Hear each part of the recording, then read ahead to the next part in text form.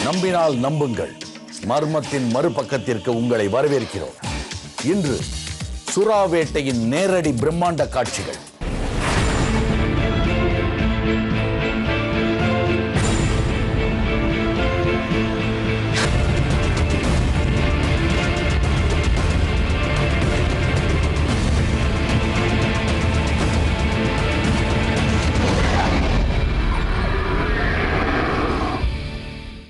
கன்னியாகுமரி பகுதியில் உள்ள சுறா வேட்டைக்காரர்கள் தான் உலகிலேயே சிறந்தவர்கள் என்பதை அவர்கள் நிரூபித்து காட்டும் நேரம் நெருங்கிவிட்டது.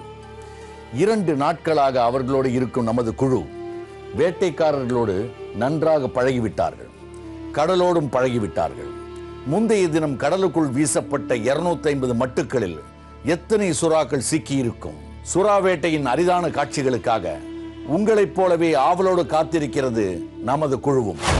குமரி கடல் பகுதியில் சுறா வேட்டையாளர்களுடன் நமது குழு 100 நாட்டிக்கல் தொலைவில் உள்ளது. யூஜின் ராஜும் குழுவினரும் சுறா வேட்டைக்காக 250 மட்டுகளை முந்தைய தினம் இரவு கடலுக்குள் வீசிவிட்டார்கள். அதில் சுறாக்கள் சிக்கி இருக்கிறதா என்பதை அறிய விடியற்காலையிலேயே லாஞ்ச் மட்டு போட்ட இடம் தேடி பின்னோக்கி புறப்பட்டது. நைட்டு முழுவதும் மட்டு கடல்ல தான் இருந்துச்சு. இப்ப எடுத்து பார்த்தா தான் தெரியும் சுறா இருக்கா இல்லையான்னு. அடையாளமாக விட்டு வந்த பேட்டரி லைட்டையும் டின்களையும் கண்டறிந்து மட்டுகளை மேலிழுக்க வேண்டும். ஆவலாக காத்திருந்தோம் நாம்.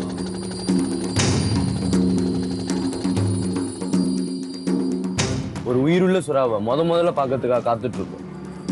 மட்டை கடலுக்குள் வீசும்போது எவ்வளவு பரபரப்பு நிலவியதோ அதை விட 2 மடங்காக இருந்தது இப்போது.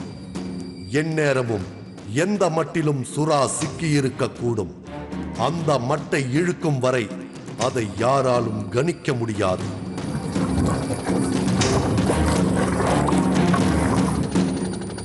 மட்டுகள் ஒவ்வொன்றாக மேலிழுக்கப்பட்டன.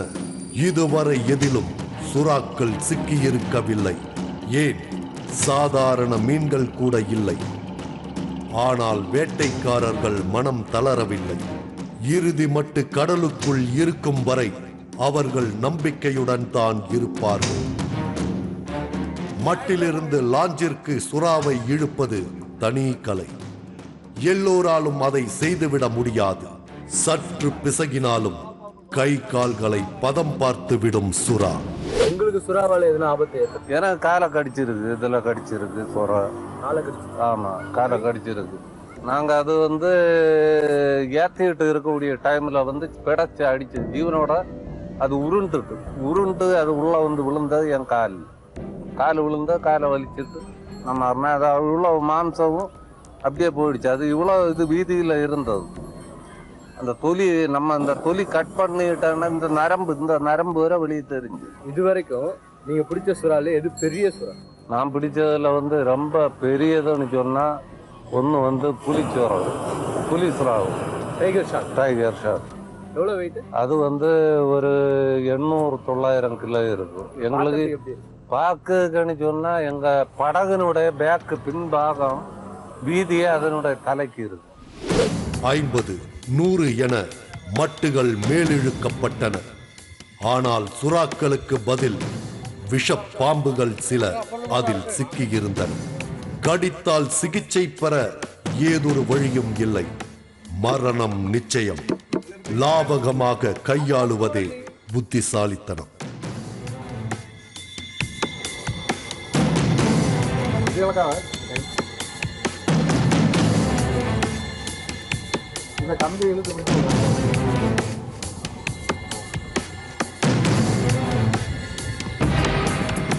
சற்று தூரம் தள்ளி மீன்கள் கிடைக்க துவங்கின.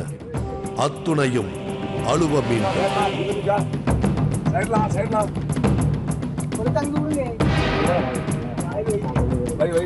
சுறாவை விட நல்ல விலைக்கு இவற்றை ஏற்றுமதி செய்ய முடியும். ஆனால் குழுவின் குறி சுறாக்களை வேட்டையாடுவது. நமது எண்ணமும் அதுதான். வரிசையாக வந்த மட்டுகளில் அழுவ மீன்களே சிக்கியிருந்தன.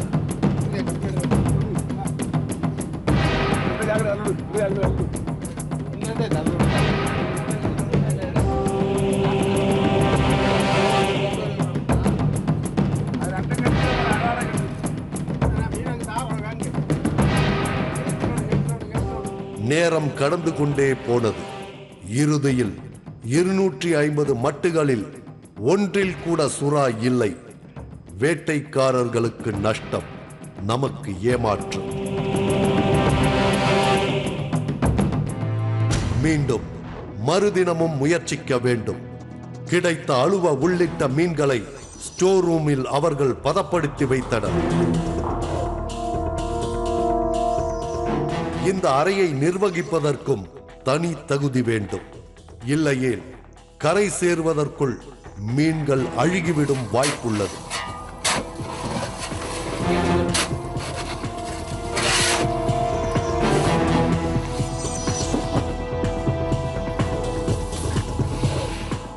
எத்தனை நூற்றாண்டா தமிழர்கள் இந்த சுறா பிடிக்கிறதுல ஈடுபட்டு?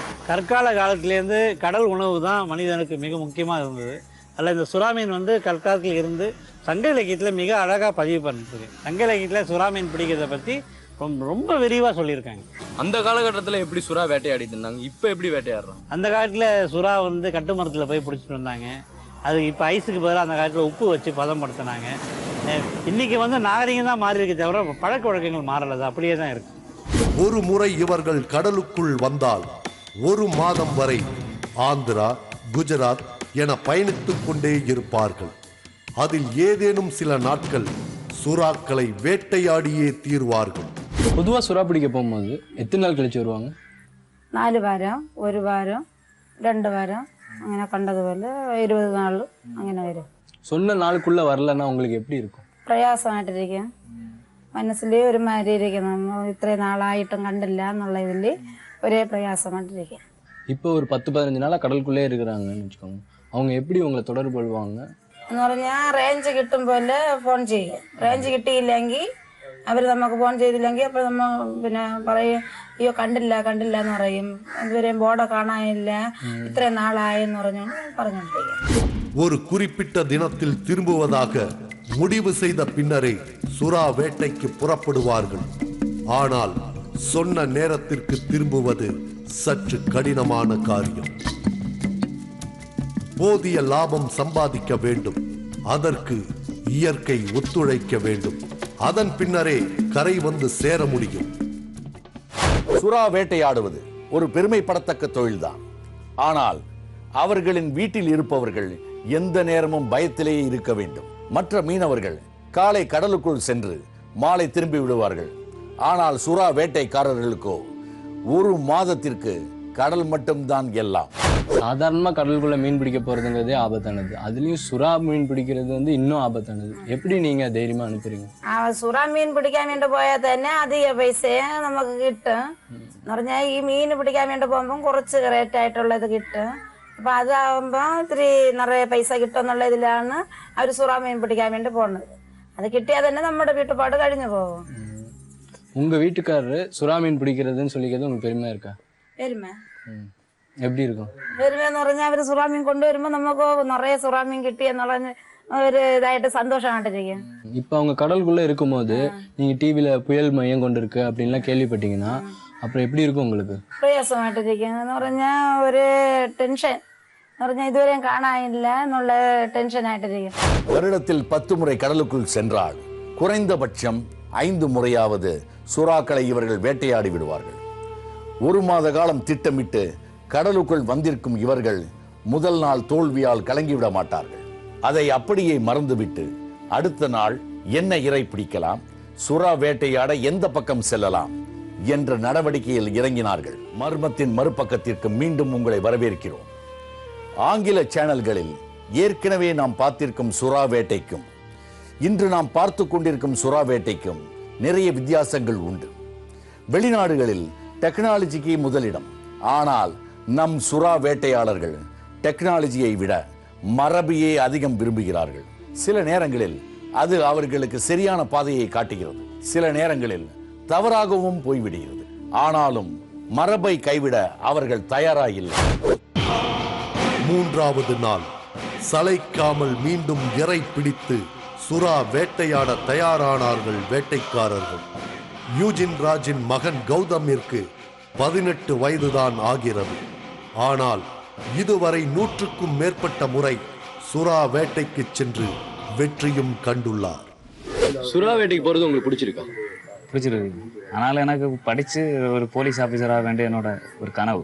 இப்போ நீங்கள் படித்து ஒரு ஆஃபீஸர் ஆகிட்டேன்னு வச்சுக்கோங்க. ஆமாம். அப்போ சுறா வேட்டைக்கு நீங்கள் போக மாட்டீங்களா? போவேன். இன்னும் ஃப்ரீ கிடைக்கும் எல்லாமே போவேன். நம்ம பாரம்பரிய தொழில். காவல்துறையில் சேர்ந்தாலும் சுறா வேட்டைக்கு தொடர்ந்து செல்வேன் என சொல்ல தூண்டுவது அவருள் ஊறி கிடக்கும் வீர மரபு. லாஞ்ச் அடுத்த சுறா வேட்டை புள்ளியை நோக்கி சென்றது. சுறாவின் இருப்பிடத்தை துல்லியமாக இவர்களால் சொல்ல முடியாது. ஆனால் காலம் காலமாக சுறாக்களின் இடப்பெயர்ச்சியை கண்காணித்து வரும் இவர்களால் ஓரளவிற்கு யூகிக்க முடியும். கடலுக்குள் நாம் 3 நாட்கள் மட்டுமே இருப்பதாக திட்டம். இன்று நமக்கு கடைசி நாள் என்பதால் சுறாவை எப்படியும் பார்த்துவிட வேண்டும் என்ற ஆர்வம் அதிகமாக இருக்கத்தான் செய்தது. 3 நாட்களாக படகில் இருக்கும் நமக்கு அதன் அசைவு பழகி போயிருந்தது. முதல் நாள் பிடிமானம் இல்லாமல் லாஞ்சினுள் நடக்க சிரமப்பட்ட நமது குழு 3வது நாளான இன்று சாதாரணமாக நடக்க பழகியிருந்தது. சுறாவிற்கான இரைகள் மீண்டும் பிடிக்கப்பட்டன. முதல் நாள் நமக்கு எந்த சுறாவுமே கிடைக்கல. இன்னைக்கு 2வது நாளா அவங்க முயற்சி பண்ணிட்டு இருக்காங்க. இந்த சுறாக்கு எவ்வளவு பெரிய பீஸ்லாம் போடணும்? இந்த அளவுக்கு இருக்கணும். கிராமம் நகரம் என அனைத்திலும் பரவி கிடக்கும் மாந்திரீகம் கடலையும் விட்டு வைக்கவில்லை. சுறாவை பிடிக்கவே சூனியம் செய்கிறார்கள் என்ற தகவல் நமக்கு வியப்பை தந்தது. சுறா பிடிக்கிறதுக்காகவே தனியா சூனியெல்லாம் வைக்கிறாங்களா? ஆமாம், நான் கேள்விப்பட்டிருக்கேன். தனியாக சூனியம் எல்லாம் வச்சு இப்போ நாங்கள் தான் ஒரு போட்டு போட்டு இப்போ வருடம் ஆக போகிறோம். சுறா மீன் எங்களுக்கு அதிகமாக கிடைக்குது. ஏன்னா சுறா பிடிக்க வேண்டிய ஆளுகளை தான் நாங்கள். ஆனால் சுறா வந்துட்டு எங்களை காணும்போது விருப்பம். ஆனால் மனிதர்கள் இப்போ சுறா பிடிக்க வரவங்க என்ன பண்ணான்னா, ஏதோ எங்கேயோ உள்ள ஆளுகள், அது எங்களுக்கெல்லாம் தெரியாது, அவங்கள வச்சு அந்த மாந்திரியம், இந்த மந்திரவாதம்னு சொல்லுவாங்க, அதெல்லாம் செய்து இப்போ அவங்க கிரவுண்டில் எங்கே போட்டே கிடந்தாலும் அவங்களுக்கு சுறா கிடைக்கும், ஆனால் எங்களுக்கு கிடைக்காது. இது எந்த காலத்துலேருந்து இது நடைமுறையில் இருக்கு? இது வந்து எங்கள் அப்பா காலத்துல இல்லை, இது எங்களுடைய காலத்துக்கு. எனக்கு ஒரு 10, 15, 20 வயசு இருக்கும். அதுக்கு பின்னால் நடந்ததுதான் இந்த. அன்றைய தினம் இரவு மீண்டும் 250 மட்டுகள் சுறா வேட்டைக்காக கடலினுள் போடப்பட்டன. இன்னைக்கு 2வது நாளா அவங்க இறப்பட்டு இருக்காங்க சுறாக்கு. நேற்று போட்ட 250 தூண்டில்ல ஒரு சுறா கூட சிக்கல. இன்னைக்கும் 250 தூண்டில் போடுறாங்க. மீண்டும் ஓர் இரவு காத்திருக்க வேண்டும். இன்னைக்கு 2வது நாள் சுறா கிடைக்குங்கிற நம்பிக்கையோட இருக்கும். காலையில் மீண்டும் சிக்கியிருந்தன அழுவ மீன்கள். சுறாக்கள் இன்றும் இல்லை. சுறாக்கள் நம்மை 2வது முறையாக ஏமாற்றி இருந்தன. வேட்டையாளர்கள் தொடர்ந்து முயற்சிப்பார்கள். ஆனால் நாம் இத்துடன் சுறா வேட்டைக்கு விடை கொடுத்து புறப்பட இருக்கிறோம். பயணத்தின் முடிவில் அவர்கள் கரை சேரும் போது அவர்களுக்கு சுறாக்கள் கிடைத்துள்ளனவா என்பதை காண நாம் நிச்சயம் திரும்ப வருவோம். நாம் இருந்த கடல் பகுதியில் இருந்து 50 நாட்டிக்கல் தொலைவில் இருந்தது கன்னியாகுமரி துறைமுகம். சுறா வேட்டையாளர்கள் அங்கே நம்மை இறக்கிவிட்டு மீண்டும் கடலுக்குள் பயணித்தார்கள். சில வாரங்களுக்கு பிறகு யூஜின் ராஜின் லாஞ்ச் தூத்தூரில் கரைக்கு வருவதாக நமக்கு தகவல் கிடைத்தது. தூத்தூரில் துறைமுகம் இல்லை. லாஞ்சை தூரமாக நிறுத்திவிட்டு கிடைத்தவற்றை சிறிய படகில் மாற்றி கரைக்கு கொண்டு வர வேண்டும். யூஜின் ராஜின் லாஞ்ச் கரைக்கு வந்த நேரம் சிறிய படகுகள் எதுவும் கரையில் இல்லை. நாம் கரையில் காத்திருப்பது அவர்களுக்கு தெரியும். தங்களின் வீரத்தை உடனடியாக நமக்கு காண்பிக்க எண்ணிய அவர்கள் லாஞ்சிலிருந்து நீந்தியே நம்மை நோக்கி வந்தார்கள். முதலில் வந்தார் யூஜின் ராஜ். அருகே நெருங்க நெருங்க நமக்கு ஒரு பெரிய ஆச்சரியம் காத்திருந்தது. ஏறக்குறைய 100 கிலோ எடையுள்ள சுறா ஒன்றை சுமந்தபடி வந்தார் அவர். எவ்வளவு கிலோனா இருக்கும்? உயிரோட இருக்கா? லேசா உயிர் இருக்கு. நேற்றைய நைட்டு கன்னியாகுமரி கடல்ல இருந்து நாங்க பிடிச்சு தொடலாமா? தொடல, ஒன்றும் செய்யாது. லேட்டா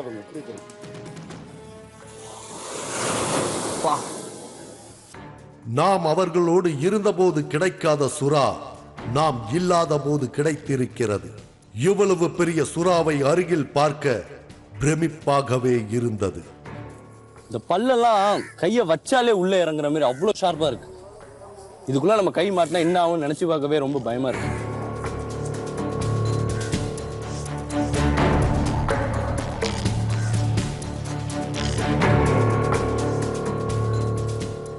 கடலுக்குள் ஏமாற்றமடைந்த நமது குழுவிற்கு ஆறுதல் கரையில் அத்தனை சுறாக்களையும் ஒன்றாக பார்த்தது.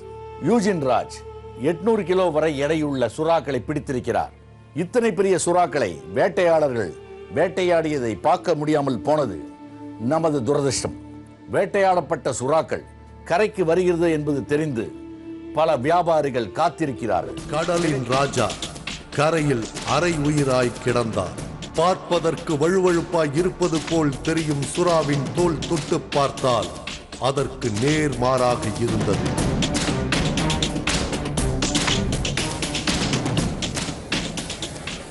இவ்வளவு நாள் நம்ம கப்பல்ல இருந்து ட்ரை பண்ணும் போது நமக்கு ஒரு சுறா கூட கிடைக்கல. இப்பதான் கௌதம் போட்ல இருந்து ஒவ்வொரு சுறாவா பிடிச்ச சுறாவெல்லாம் எடுத்துட்டு வந்துட்டு இருக்காரு. கௌதம், இந்த மாதிரி எத்தனை சுறா கிடைச்சது? 5 சுறா கிடைச்சது. இது உயிரோட இருக்கா? இல்ல, செத்துருச்சு. 2 வாரங்களில் 5 சுறாக்களை பிடித்திருந்தனர் அவர்கள். சுறா பிடிப்பதை நேரில் காண முடியாவிட்டாலும் சுறாவை கரையில் காணும் அதிர்ஷ்டமேனும் கிடைத்ததில் நமக்கு மகிழ்ச்சி. இந்த ஒரு சுறாவோட வெயிட்டே எப்படி ஒரு 30 to 35 கிலோ வரைக்கும் இருக்கும். இழுக்கவே முடியல. சுறா வேட்டையாளர்களின் இந்த பயணத்தில் கிடைத்தது 5 சுறாக்கள். சுறாக்களுக்கு எப்போதுமே சந்தையில் கிராக்கிதான். அதனால் வந்த மாத்திரத்தில் அதன் பகுதிகளை வெட்டி கூறு போட்டு விடுகின்றனர். ஒவ்வொரு பாகமும் வேற்று மாநிலம் அல்லது வேற்று நாட்டிற்கு ஏற்றுமதியாகிவிடும். முழு சுறாவை பார்த்தால் மட்டுமல்ல பிரம்மாண்டம், அதன் வெட்டப்பட்ட பகுதிகள் கூட பிரம்மாண்டம்தான். கடலில் இருந்து வந்த 15 நிமிடங்களில் சுறா இருந்த தடம் தெரியவில்லை.